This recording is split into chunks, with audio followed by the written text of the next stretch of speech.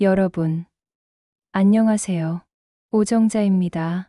오늘 제가 들려드릴 이야기는 제 친구, 월이를 찾아 나선 일입니다. 처음엔 그저 연락이 안 되는 거라고만 생각했어요. 하지만 그 뒤에 숨겨진 진실은 우리 모두가 알아야 할 무서운 현실이었습니다. 이 이야기를 끝까지 들어주신다면 여러분의 소중한 가족과 이웃을 지키는 데 분명 도움이 될 거예요. 그날은 새벽 5시였어요. 동네 골목엔 아직 가로등, 불빛만 남아있던 시간이었죠. 저는 이불 속에서 눈을 반쯤 뜬 채 누워 있었습니다. 나이가 들면 잠이 얕아진다는 말, 정말 맞더라고요. 새벽 3시쯤 한 번 깨고 4시쯤 또 한 번 깨고요. 그렇게 뒤척이다 보면 어느새 아침이 오곤 하잖아요. 그날도 그랬습니다. 그때 전화벨이 울렸어요. 새벽에 걸려오는 전화치고 좋은 소식이었던 적이 없더라고요. 살면서 새벽 전화를 몇 번 받아봤는데 그때마다 좋은 일은 없었거든요. 심장이 먼저 반응했습니다. 두근두근 빨라지더라고요. 핸드폰 화면을 보니 월이었어요. 제 오랜 친구 이월이. 우리는 같은 동네에서 30년 넘게 살아온 사이예요. 저는 재빨리 통화 버튼을 눌렀습니다. 정자야. 월이의 목소리가 들렸어요. 평소와 달리 많이 떨리고 있었어요. 월이는 원래 목소리가 차분한 사람이거든요. 큰일이 있어도 침착하게 말하는 성격이에요. 그런 월이의 목소리가 이렇게 떨리다니 뭔가 심상치 않다는 걸 바로 알 수 있었습니다. 나 들켰어. 그 말을 끝으로 전화가 뚝 끊겼어요. 마치 누군가 강제로 끊어버린 것처럼요. 저는 곧바로 다시 전화를 걸었습니다. 1번, 2번, 3번. 하지만 계속 연결할 수 없습니다라는 기계음만 들렸어요. 월아, 어디야? 무슨 일이야? 혼자 중얼거렸어요. 가슴이 두근거리기 시작했습니다. 들켰다는 게 무슨 뜻일까요? 누구한테 들킨 걸까요? 머릿속에 온갖 생각이 스쳐 지나갔습니다. 저는 침대에서 일어나 거실로 나갔어요. 책상 위에 놓인 제 낡은 메모장을 펼쳤습니다. 우체국에서 일할 때부터 쓰던 습관이에요. 뭐든 적어두는 거요. 그게 나중에 증거가 되고 기록이 되니까요. 우체국에서는 모든 걸 기록해야 하잖아요. 등기 발송 시간, 수령인 정보, 우표 매수까지요. 그런 습관이 몸에 배어서 중요한 일이 생기면 꼭 적어두게 됩니다. 발신, 번호를 적었어요. 통화 시간도 적었고요. 새벽 5시 7분. 통화 시간은 12초. 그리고 월이의 목소리 뒤에 들렸던 배경소음도 떠올려 봤습니다. 기차 소리였나? 눈을 감고 그 소리를 다시 떠올려 봤어요. 아니었습니다. 제가 들은 건 기차 소리가 아니었어요.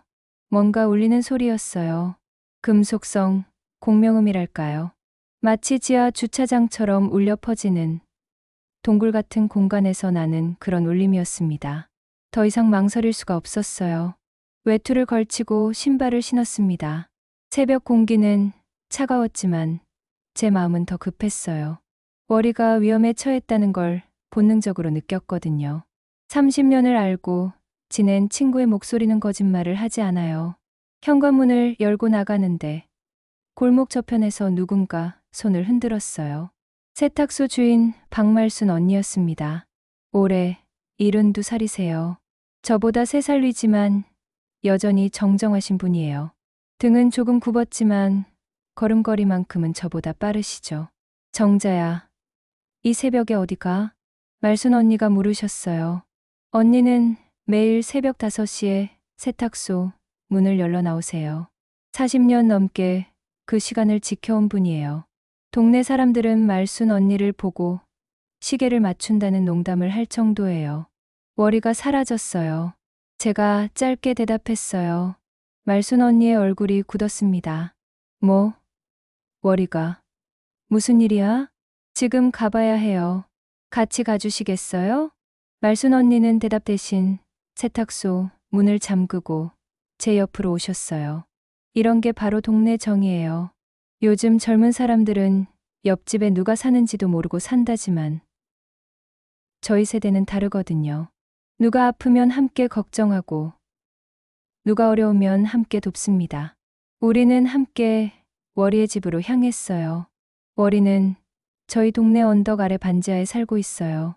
연금만으로 살아가는 그녀에게 그곳이 유일하게 감당할 수 있는 집이었거든요. 보증금 500에 월세 30. 그나마 착한 집주인을 만나서 10년째 그 가격을 유지하고 있어요. 저희가 계단을 내려가 문 앞에 섰을 때 이상한 점을 발견했어요. 문이 잠겨 있지 않았어요.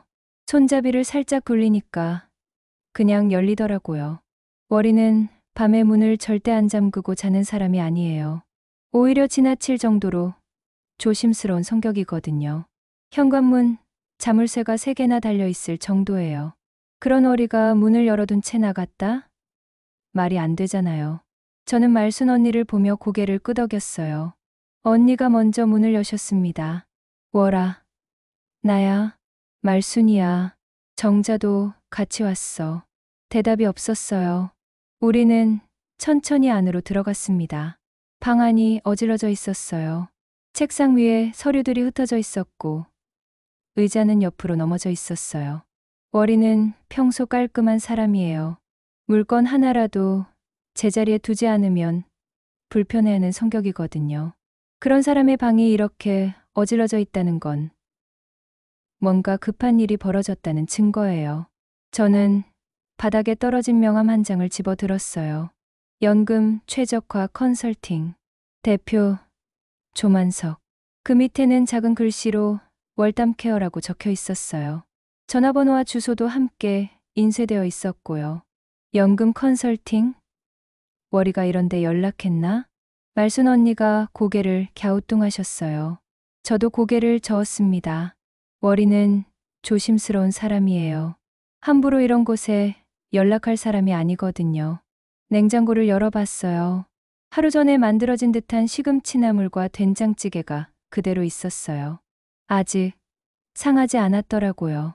어제 저녁을 먹고 나서 만들어둔 반찬인 것 같았어요. 그리고 싱크대 옆에는 스마트폰 충전기만 덩그러니 남아 있었어요. 핸드폰은 가져간 거죠. 방 안을 더 살펴봤어요. 책상 서랍을 열어보고 옷장도 확인했어요. 그러다 책상 아래를 들여다보다가 작은 물체를 발견했습니다. 녹음펜이었어요. 빨간 불빛이 깜빡이고 있었어요. 녹음 중이라는 표시였죠. 이게 뭐야? 말순 언니가 물으셨어요. 월이가 숨겨둔 거예요. 녹음 습관이 있었거든요. 월이는 몇 년 전에 사기를 당한 적이 있어요. 보이스피싱이었죠. 경찰관을 사칭한 사기꾼에게 300만 원을 송금했어요. 평생 모은 돈의 일부였거든요. 그 일 이후로 월이는 중요한 통화는 꼭 녹음을 했어요. 그리고 집에 누가 찾아오면 이 녹음펜을 켜두는 습관이 생겼고요. 저는 녹음펜의 재생 버튼을 눌렀어요. 처음엔 잡음만 들렸어요. 바람 소리, 발소리, 문 여는 소리. 그러다 남자 목소리가 들렸습니다. 할머니, 이게 다 어르신을 위한 겁니다. 복잡한 연금 관리. 저희가 대신 해드립니다. 도장만 받으면 끝이에요. 간단합니다. 그리고 월이의 목소리가 이어졌어요. 떨리는 목소리였습니다. 내 연금은 내가 직접 챙겨요. 남한테 맡길 생각 없어요. 돌아가 주세요. 할머니, 이미 서류는 다 작성됐어요. 도장만 찍으시면. 싫다고 했잖아요. 나가세요. 월이의 목소리가 커졌어요. 그때 쿵 하는 소리가 들렸습니다. 뭔가 넘어지는 소리. 의자가 바닥에 쓰러지는 소리 같았어요. 그리고 빠른 발소리. 녹음이 거기서 끊겼습니다. 저는 말순 언니를 봤어요. 언니의 얼굴도 창백했어요. 우리 둘 다 무슨 일이 벌어졌는지 짐작할 수 있었습니다. 경찰에 신고해야 해. 말순 언니가 먼저 말씀하셨어요. 신고는 할게요. 하지만 우린 기다리지 않을 거예요. 저는 단호하게 말했어요. 경찰이 움직이는 데는 시간이 걸리잖아요. 실종 신고를 해도 48시간은 기다려야 한다는 말도 들었어요. 성인의 경우에는 더 그렇다고 하고요. 그 사이 월이에게 무슨 일이 생길지 모르잖아요. 저는 옛날 직장 가방을 들었어요. 안에는 아직도 우체국 시절 쓰던 물건들이 있었어요. 인봉투, 증빙용 도장, 우체국 업무 노트, 그리고 작은 자외선 랜턴도 있었어요. 위조 우표를 감별할 때 쓰던 물건이에요. 우리는 기록으로 싸울 거예요. 제가 가방을 들며 말했어요. 말순 언니가 고개를 끄덕이며 덧붙이셨습니다. 그리고 발로 직접 찾으러 가는 거지. 우리 둘은 월이를 찾기 위해 움직이기 시작했어요. 저는 먼저 경찰서에 전화를 걸어 실종 신고를 했어요. 그리고 녹음 파일을 이메일로 보냈고요. 하지만 우리는 경찰을 기다리지 않기로 했어요. 우리가 직접 월이를 찾을 거예요. 여러분, 이것이 모든 사건의 시작이었습니다. 한 통의 전화, 12초의 통화, 그것이 저를 움직이게 만들었어요. 저는 그날 깨달았습니다. 나이가 들었다고 해서 아무것도 할 수 없는 건 아니라는 거려. 오히려 오랜 경험과 끈기가 더 큰 힘이 될 수 있다는 것을요. 이제부터 제가 어떻게 월이를 찾았는지 그 과정을 차근차근 들려드릴게요. 월이를 찾기 위한 저희의 추적이 본격적으로 시작되었어요. 저는 먼저 통신사 대리점으로 향했고요. 말순 언니는 동네에 남아서 월이를 본 사람이 있는지 알아보기로 했어요. 새벽부터 움직이는 분들이 계시니까 혹시 월이가 누군가와 함께 나가는 걸 봤을 수도 있잖아요. 대리점은 9시에 문을 여는데요. 저는 문 앞에서 30분을 기다렸어요. 추웠지만 참을 만했어요. 월이 생각을 하니까 추위 같은 건 아무것도 아니었거든요. 드디어 직원이 도착해서 셔터를 올렸습니다. 어서 오세요. 무엇을 도와드릴까요? 20대로 보이는 젊은 직원이 저를 맞이했어요. 통화 기록 좀 확인하고 싶어요. 제가 월이의 전화번호를 보여주며 말했죠. 직원의 표정이 난처해졌어요. 죄송하지만 통화 기록 열람은 본인만 가능해요. 가족분이시라도 본인 동의 없이는 어렵습니다. 개인정보보호법 때문에요. 실종이에요. 경찰, 접수번호도 있어요. 저는 가방에서 방금 전 경찰서에서 받은 실종 신고, 접수증을 꺼냈어요. 직원이 잠시 망설이다가 상급자에게 전화를 걸었어요. 몇 분 후에 제한적이나마 조회가 가능하다는 답이 돌아왔습니다. 마지막 통화 위치만 확인 가능해요. 상세 통화 내역은 경찰 공문이 있어야 하고요. 그것만이라도 부탁드려요. 직원이 컴퓨터를 두드렸어요. 키보드 소리가 또각또각 들렸죠. 화면을 보던 그가 말했습니다. 송도네요. 송도 지하 주차장 인근이요. 새벽 5시 7분이 마지막 통화 기록입니다. 송도요? 저는 깜짝 놀랐어요. 월이가 송도에 갈 일이 없었거든요. 월이는 평생 이 동네에서만 살았어요. 송도는 여기서 지하철로 1시간도 더 걸리는 곳이에요. 저는 그 화면을 핸드폰으로 캡처해 달라고 부탁했어요. 증거는 많을수록 좋으니까요. 제 이메일로 보내주실 수 있나요? 네, 가능합니다. 직원이 친절하게 파일을 보내줬어요. 저는 감사 인사를 하고 대리점을 나왔습니다. 다음은 은행이었어요. 월이가 주거래 은행으로 쓰던 곳이었죠. 여기도 9시에 문을 여는데요. 다행히 은행 창구 직원은 제가 아는 분이었어요.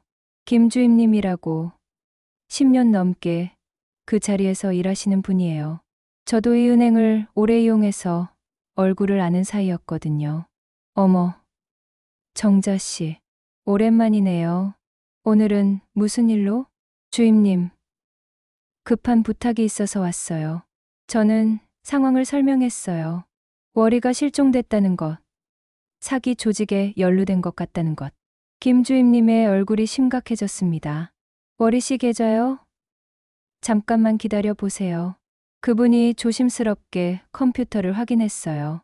정식 절차는 아니었지만 긴급한 상황이라는 걸 이해해 주신 거예요. 제가 실종 신고, 접수증을 보여드린 것도 도움이 됐고요. 여기 매달 자동이체가 나가고 있네요. 월담 케어라는 곳으로요. 얼마나 나가요? 매월 49만 원이에요. 석 달째 계속되고 있어요. 처음 시작은 석 달 전 7월부터네요. 49만 원이요. 월에 연금이 100만 원 조금 넘는데 거의 절반이 빠져나가고 있었던 거예요. 저는 이를 악물었습니다. 석 달이면 150만 원 가까이 빠져나간 거잖아요. 이게 대체 무슨 센터예요? 신탁인가요? 수수료인가요? 연금관리센터라고 되어 있는데 정확히는 저도 잘 모르겠어요. 요즘 이런 업체들이 많거든요. 노인분들 연금 관리해 준다면서 수수료, 명목으로 돈을 받는 곳들이요. 김 주임님이 안타까운 표정으로 말씀하셨어요.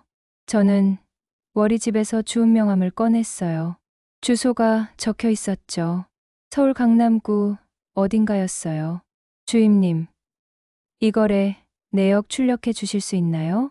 네, 드릴게요. 경찰 조사에 필요하시겠죠. 김 주임님이 프린터를 돌렸어요. 용지가 나왔고요. 저는 그걸 조심스럽게 가방에 넣었습니다. 주임님, 정말 감사해요. 큰 도움이 됐어요. 조심하세요. 정자 씨, 요즘 노인 대상 사기가 정말 많아요. 연금 관리해 준다. 재산 불려준다. 이런 말 절대 믿으면 안 돼요. 저는 고개를 끄덕이고 은행을 나왔어요. 그리고 곧바로 명함에 적힌 주소로 향했습니다.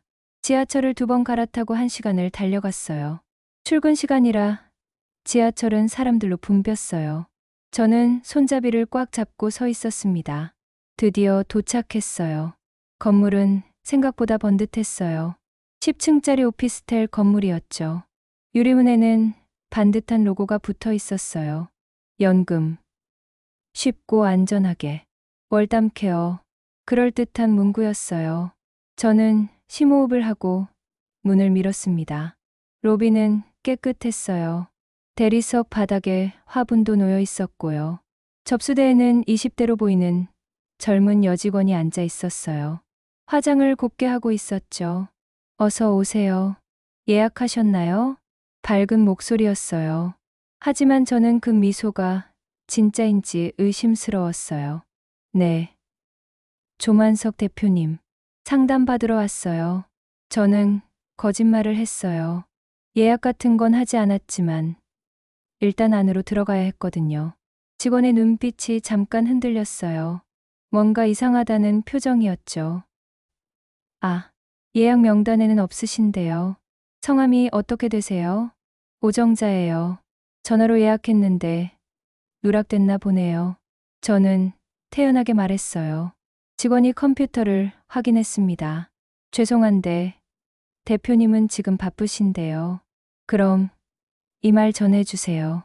도장만 받으면 끝이라고요. 저는 녹음펜에서 들었던 그 말을 그대로 했어요. 직원의 얼굴이 굳었어요. 완전히 굳었죠. 뭔가 알아챈 표정이었어요. 그때 뒤쪽에서 바스락 소리가 들렸습니다. 누군가 움직이는 소리였어요. 뒷문으로 누가 나가려고 해요. 저는 낮게 말했어요. 그 순간 말순 언니가 엘리베이터 쪽에서 나타났어요. 저희는 미리 연락해서 앞뒤를 맡기로 했었거든요. 말순 언니는 제가 은행에 가 있는 동안 먼저 이곳으로 와서 대기하고 계셨어요. 어디 가시는 거예요? 말순 언니가 길을 막아섰어요. 회색 양복을 입은 노인이 멈춰섰습니다. 60대 중반쯤 되어 보이는 남자였어요. 머리는 깔끔하게 빗어 넘겼고 안경을 쓰고 있었죠. 명함의 사진과 똑같았어요. 조만석이었습니다. 저는 한 발 다가갔어요. 월이 어디 있어요? 이월이 씨 말이에요. 조만석의 눈이 웃었어요. 하지만 입은 웃지 않았어요. 눈과 입이 따로 노는 그런 표정이었죠. 누구신지 모르겠지만 손님은 지금 상담 중이십니다. 안심하시고 기다리세요. 안심은 증거로 하는 거예요. 저는 가방에서 녹음펜을 꺼내 들었어요. 이 안에 당신 목소리가 다 들어있어요. 도장만 받으면 끝이요. 이렇게 말했죠? 자, 계약서부터 보여주세요. 월이 씨와 맺은 계약서 말이에요. 조만석의 표정이 미묘하게 변했어요. 눈가에 주름이 잡혔죠. 그는 잠시 저를 쳐다보다가 손짓을 했습니다. 회의실로 가시죠. 거기서 차분히 이야기해요. 오해가 있으신 것 같은데 다 설명해 드릴게요. 저와 말순 언니는 그를 따라 회의실로 들어갔어요. 복도를 지나며 저는 주변을 살폈어요. 다른 방문도 보였어요. 안에서 노인들의 목소리가 들렸죠. 상담을 받고 있는 걸까요? 아니면 월이처럼 속고 있는 걸까요? 이제부터가 진짜 싸움이라는 걸 저는 알고 있었어요. 여러분, 연금을 노리는 사기꾼들은 겉으로는 친절하지만 속으로는 칼을 품고 있거든요. 저는 그 칼날을 피하면서 월이를 찾아야 했어요. 회의실 문이 열렸습니다. 저는 각오를 다졌어요. 이제 저희는 조만석이라는 사기꾼과 마주하게 됐어요. 아니, 정확히는 마주 서 있었죠. 회의실은 깨끗했어요. 투명 보드에는 그럴듯한 그래프들이 그려져 있었고, 의자는 정갈하게 놓여 있었어요. 벽에는 신뢰, 안전, 행복한 노후라는 액자가 걸려 있었죠. 참, 아이러니했어요. 신뢰라는 단어를 내걸고 사람들을 속이다니 말이에요. 접수 직원이 차를 가져왔어요. 따뜻한 녹차였죠. 김이 모락모락 올라왔어요. 하지만 저는 한 모금도 마시지 않았어요.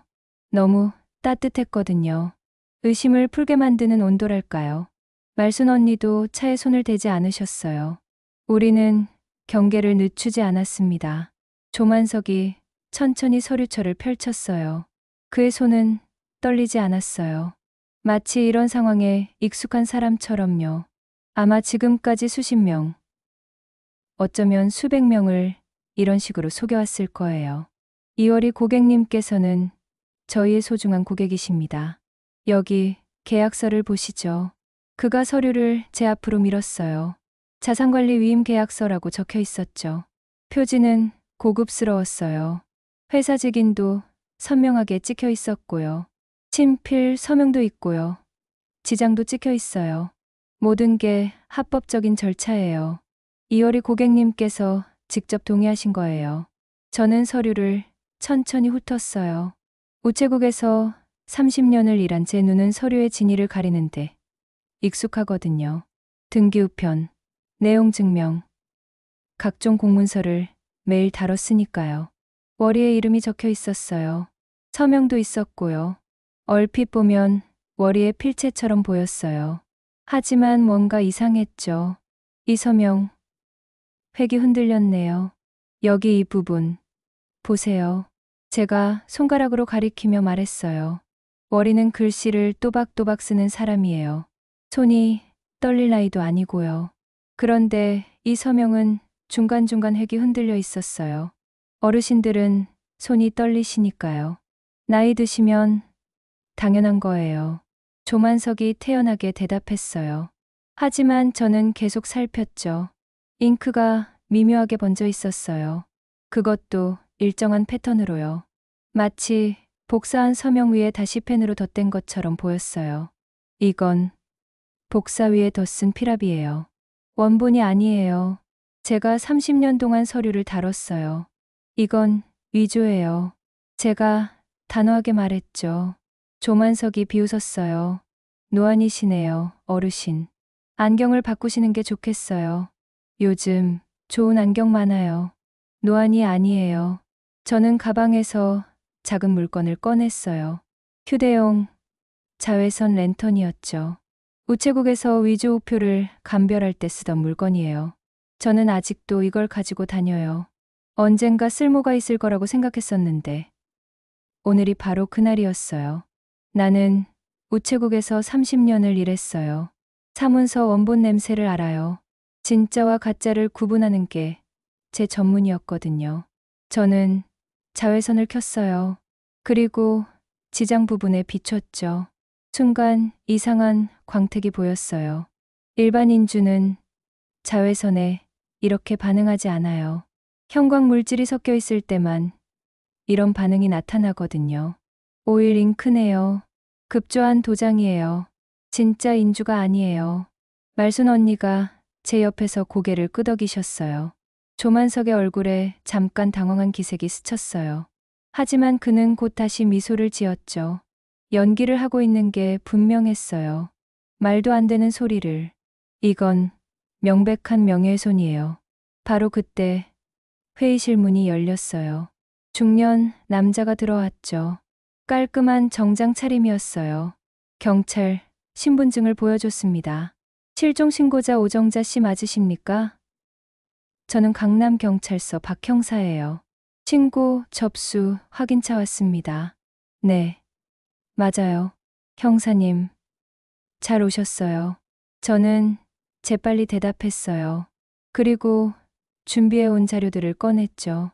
가방에서 서류봉투를 꺼내 테이블 위에 펼쳤습니다. 형사님, 여기 계약서 사본이에요. 위조된 서명이 있고요. 그리고 이건 녹취 파일이에요. 피해자가 거부하는데도 강요한 내용이 담겨 있어요. 이건 통신사에서 받은 위치 기록이고요. 박 형사가 하나씩 확인했어요.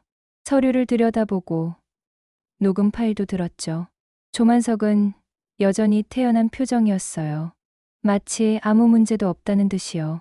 형사님, 우리는 법대로 하고 있어요. 모든 게 합법적인 절차예요. 저희는 법 안에서 일해요. 등록된 정식 업체고요. 금융감독원 신고도 되어 있어요. 그렇다면 이월희 씨와 통화 좀 연결해 주시겠어요? 본인 의사를 직접 확인하고 싶어요. 박 형사가 물었어요. 조만석이 고개를 끄덕이며 전화를 걸었죠. 스피커폰으로 연결했어요. 신호음이 울렸습니다. 한참을 기다렸지만 받지 않았어요. 따르릉, 따르릉, 따르릉. 현재 전화를 받을 수 없습니다. 삐 소리 후의 메시지를 기계음이 흘러나왔어요. 조만석이 어깨를 으쓱했습니다. 휴대폰을 꺼두셨나 봐요. 어르신들은 자주 그러시잖아요. 배터리 관리도 잘 못하시고요. 바로 그 순간이었어요. 제 휴대폰이 떨렸어요. 진동이 느껴졌죠. 미확인 번호였어요. 저는 재빨리 스피커폰으로 전환했습니다. 여보세요? 잡음이 들렸어요. 철문이 긁히는 듯한 소리, 바람 소리, 그리고 익숙한 목소리가 들렸습니다. 정자야, 월이었어요. 목소리가 떨리고 있었어요. 숨소리도 거칠었고요. 월아, 어디야? 지금 어디에 있어? 추워. 너무 차가워. 여기. 월이의 숨소리가 거칠었어요. 그녀가 뭔가 말하려고 했어요. 하지만 목소리가 잘 나오지 않는 것 같았죠. 그때 배경에서 남자 목소리가 들렸습니다. 조용히 해. 입 닫고 있어. 거친 목소리였어요. 그리고 통화가 끊겼습니다. 뚝. 회의실이 순간 정적에 휩싸였어요. 저는 벌떡 일어섰습니다. 지하에요. 금속, 반향음이 들렸어요. 송도예요. 차 냄새도 났어요. 타이어 냄새. 지하 주차장이에요. 어제 통신사에서 확인한 위치랑 같아요. 제 목소리가 빨라졌어요. 박 형사가 손을 들어 저를 제지했습니다. 진정하세요. 단정하지 마세요. 아직 확실한 건 아니에요. 형사님, 저는 한 발 물러섰어요. 하지만 제 목소리는 단단했습니다. 흔들리지 않았어요. 30분만 주세요. 송도 그 주차장. 입구 CCTV 있을 거예요. 출차 기록 확인하시죠. 통신 기지국 로그도 대조하면 돼요. 같이 가서 보시죠. 제발요. 박 형사가 잠시 저를 바라봤어요. 그리고 천천히 숨을 내쉬었습니다. 알겠습니다. 단, 제 앞에서만 움직이세요. 함부로 행동하시면 안 돼요. 이건 경찰 업무예요. 감사해요. 꼭 그렇게 할게요. 저는 고개를 숙였어요. 그리고 조만석을 봤습니다. 그의 얼굴에서 미소가 사라지고 있었어요. 입꼬리가 거칠게 떨렸죠. 뭔가 균열이 생기고 있었어요. 가면이 벗겨지고 있었습니다. 형사님, 이건 오해예요. 저희는 정말 일단 동행하시죠. 설명은 거기서 들을게요. 송도 가시면서 차근차근 말씀해 주세요. 박 형사의 목소리는 차갑게 가라앉아 있었어요. 저와 말순 언니, 그리고 박 형사와 조만석. 우리 넷은 함께 회의실을 나섰습니다. 송도로 가는 차 안에서 저는 계속 월이를 생각했어요. 월아, 조금만 버텨. 내가 꼭 찾을게. 조금만 기다려. 창밖으로 도시 풍경이 스쳐 지나갔어요. 빌딩, 아파트, 사람들. 모두 평범한 일상을 살아가고 있었죠. 하지만 그 어딘가에서 월이는 추위에 떨고 있었어요. 시간은 계속 흘러갔습니다. 우리에게 남은 시간이 얼마나 될까요? 저는 그때 정말 초조했어요. 하지만 포기할 수는 없었죠. 월이는 제 친구니까요. 30년을 함께한 친구를 저는 절대 포기할 수 없었어요. 차는 빠르게 송도를 향해 달렸습니다. 저는 주먹을 꽉 쥐었어요. 월이를 반드시 찾을 거라고 스스로에게 다짐했습니다. 송도 지하 주차장에 도착했어요. 차에서 내리자마자 차가운 공기가 얼굴을 때렸습니다. 지하 특유의 습한 냄새와 타이어 냄새가 섞여 있었어요. 형광등, 불빛이 희미하게 깜빡였죠. 이곳 어딘가에 월이가 있다는 생각에 제 심장이 빠르게 뛰었어요. 박 형사가 먼저 경비실로 향했어요. 저와 말순 언니, 그리고 조만석도 따라갔죠. 경비 아저씨는 50대로 보였어요. 박 형사가 신분증을 보여주자 긴장한 표정이 되었습니다. CCTV 확인 좀 할게요. 어제 오후부터 오늘 새벽까지 녹화 기록 있죠? 네. 있어요. 여기 모니터로 보실 수 있습니다. 경비 아저씨가 모니터를 돌렸어요. 여러 개의 화면이 보였죠. 입구, 출구, 각 층별 주차 공간. 박 형사가 시간대를 조정했어요. 어제 오후 3시부터 빨리 감기로 돌렸습니다. 저기요. 저 차량이에요. 경비 아저씨가 화면을 가리켰어요. 흰색 승합차였죠. 어제 오후 4시쯤 들어왔어요. 저는 화면에 눈을 고정했습니다. 화면 좀 멈춰주세요. 제가 말했어요. 박 형사가 일시정지를 눌렀습니다. 저는 화면을 자세히 들여다봤어요. 번호판이 이상해요. 고정 볼트가 흔들려요. 봐보세요. 여기. 번호판이 제대로 고정되지 않았어요. 우체국에서 일할 때 차량 번호를 많이 확인했거든요. 택배차, 우편차들의 번호를 매일 기록했었어요. 저는 번호판이 어떻게 생겼는지 잘 알아요. 이건 임시 번호판이거나 아니면 고의로 흔들리게 만든 것 같았어요. 맞아요. 이건 위조 번호판일 가능성이 높네요. 박 형사가 고개를 끄덕였어요. 그리고 계속 화면을 돌렸죠. 승합차가 지하 3층으로 내려갔어요. 가장 깊은 층이었습니다. 차에서 2명이 내렸어요. 한 명은 회색 양복, 조만석이었어요.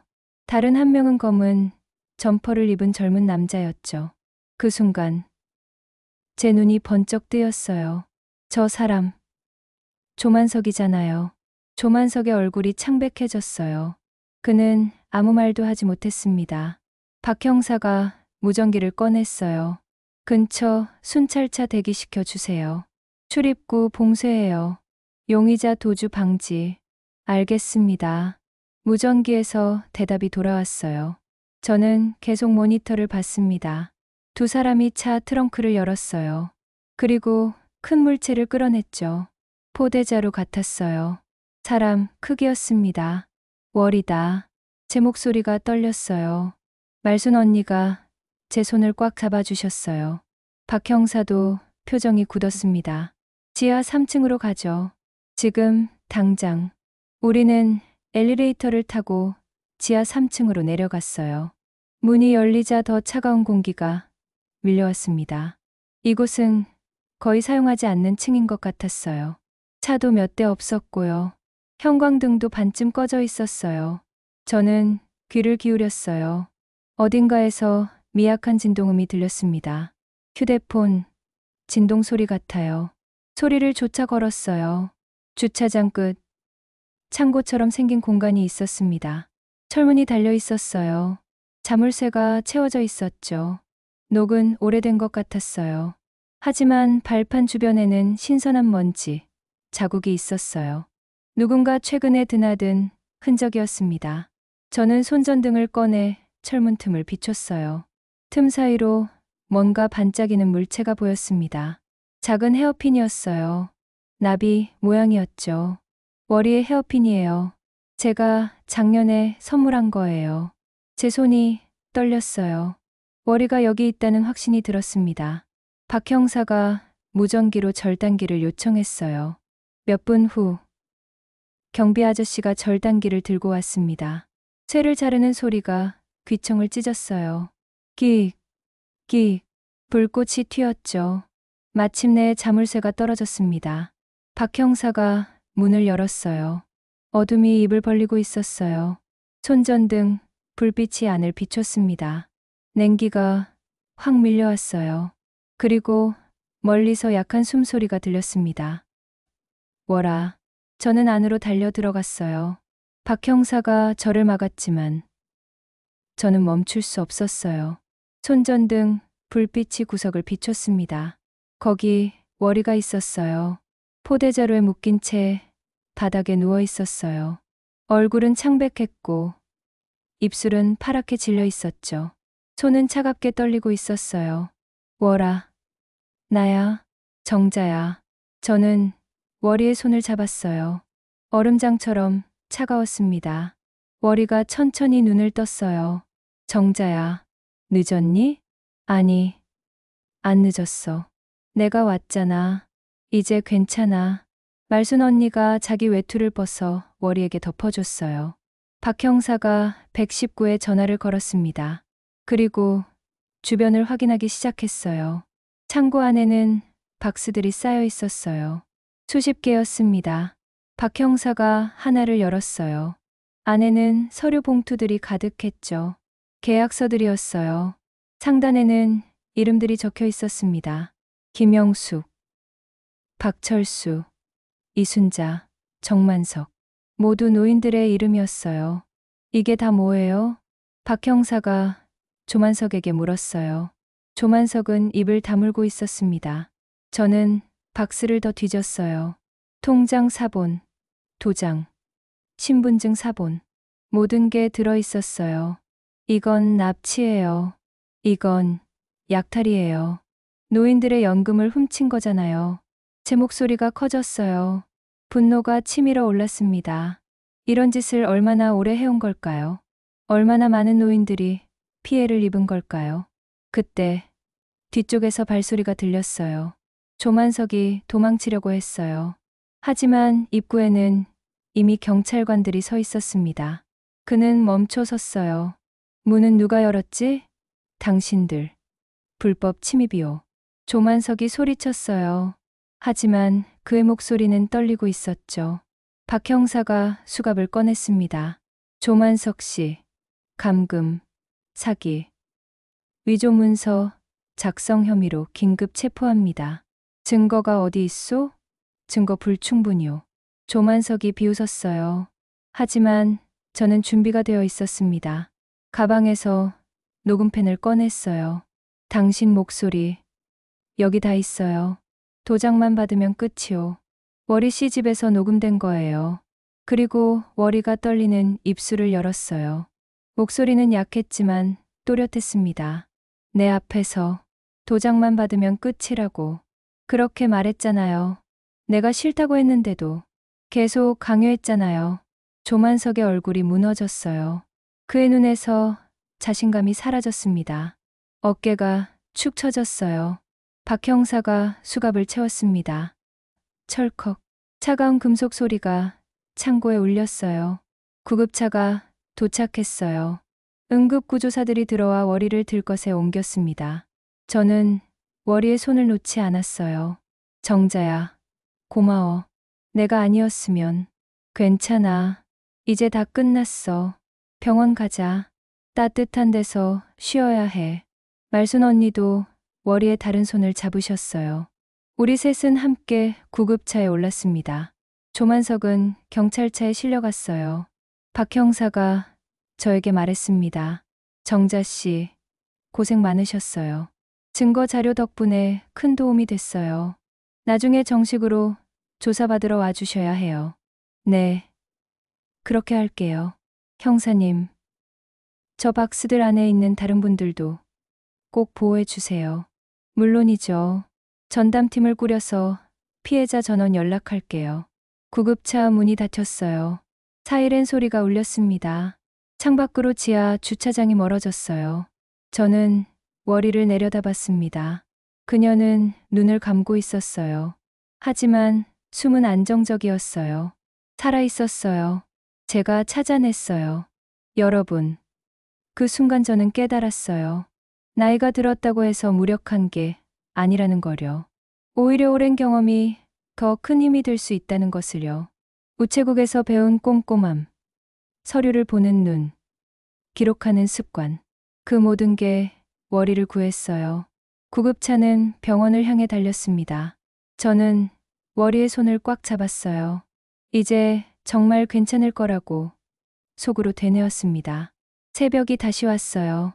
하지만 이번 새벽은 달랐습니다. 따뜻했어요. 병원 창문으로 아침 햇살이 비쳐 들어왔어요. 저는 월이 병실 옆 의자에 앉아 밤을 지샜습니다. 말순 언니도 옆에서 함께 지켜주셨어요. 우리는 월이가 깨어날 때까지 한시도 떠나지 않았습니다. 월이가 천천히 눈을 떴어요. 링거를 맞고 따뜻한 담요를 덮은 채였죠. 얼굴에 혈색이 조금 돌아왔어요. 그녀가 저를 보며 희미하게 웃었습니다. 정자야, 여기가 어디야? 병원이야. 넌 이제 안전해. 꿈인 줄 알았어. 내가 날 찾으러 올 거라는 게 꿈이 아니야. 내가 여기 있잖아. 말순 언니도 있고. 말순 언니가 월이의 손을 잡아줬어요. 월이의 눈에 눈물이 맺혔습니다. 기쁨의 눈물이었어요. 저도 눈시울이 뜨거워졌어요. 하지만 울지 않으려고 애썼습니다. 지금은 기뻐해야 할 때니까요. 병실 문이 노크 소리와 함께 열렸어요. 박 형사가 들어왔습니다. 손에는 서류 봉투를 들고 있었어요. 이월희 씨, 몸 상태는 어때요? 덕분에 괜찮아졌어요. 형사님, 고마워요. 제가 감사드려야죠. 정자 씨 덕분에 큰 사건을 해결했어요. 박 형사가 고개를 숙였어요. 그리고 말을 이었습니다. 창고에 있던 계약서들, 계좌 내역, 통화 기록 모두 확보했어요. 조만석은 구속영장 청구했고요. 공범으로 보이는 젊은 남자도 체포했어요. 피해자가 30여 명에 달해요. 30여 명이요. 저는 놀라서 말을 잇지 못했어요. 그렇게 많은 노인들이 피해를 입었다니요. 만약 월이를 찾지 못했다면, 만약 제가 포기했다면, 이 사건은 영영 묻혔을지도 몰라요. 다른 피해자분들은 어떻게 돼요? 제가 물었어요. 지금 연락 중이에요. 전담팀을 꾸려서 한 분 한 분 찾아뵙고 있어요. 피해 금액 환수 절차도 진행하고요. 정자 씨가 주신 자료들이 결정적 증거가 됐어요. 다행이에요. 정말 다행이에요. 저는 안도의 한숨을 쉬었어요. 박 형사가 서류를 테이블에 놓았습니다. 나중에 정식 조사에 협조해 주셔야 해요. 세 분 모두요. 증인으로 출석하셔야 할 거예요. 네, 그렇게 할게요. 박 형사가 나간 후 병실은 다시 조용해졌어요. 월이가 침대 옆 가방을 가리켰습니다. 정자야, 저기 내 가방 좀 가져다 줘. 저는 가방을 들어 월이에게 건넸어요. 월이가 안을 뒤지더니 구겨진 봉투 하나를 꺼냈습니다. 편지 봉투였어요. 오래된 것 같았죠. 못 보낸 편지야. 너한테 주려고 했는데 계속 용기가 안 나더라고. 무슨 편지? 읽어봐. 월이가 봉투를 제 손에 쥐어줬어요. 저는 조심스럽게 봉투를 열었습니다. 편지지는 노랗게 발해 있었어요. 월이의 글씨가 또박또박 적혀 있었죠. 정자에게 우리 만난 지 30년이 넘었네. 그동안 참 많은 일이 있었지. 기쁜 일도 슬픈 일도. 근데 내가 무서울 때면 너는 항상 더 빨리 걸어왔어. 그래서 나도 용기를 냈어. 나도 살 수 있었어. 이번에도 그랬어. 내가 그 사람들한테 잡혀갔을 때 너를 생각했어. 정자는 날 찾으러 올 거야. 정자는 날 포기하지 않을 거야. 그 생각이 나를 버티게 했어. 고마워. 정자야. 앞으로도 함께 걷자. 천천히. 하지만 멈추지 말고. 너의 친구 월이가. 저는 편지를 다 읽고 눈물을 닦았어요. 이번엔 참을 수가 없었어요. 말순 언니도 눈시울을 붉히셨죠. 바보야. 이런 편지를 왜 이제 주는 거야? 미안해. 창피해서 못 줬어. 창피할 게 뭐가 있어.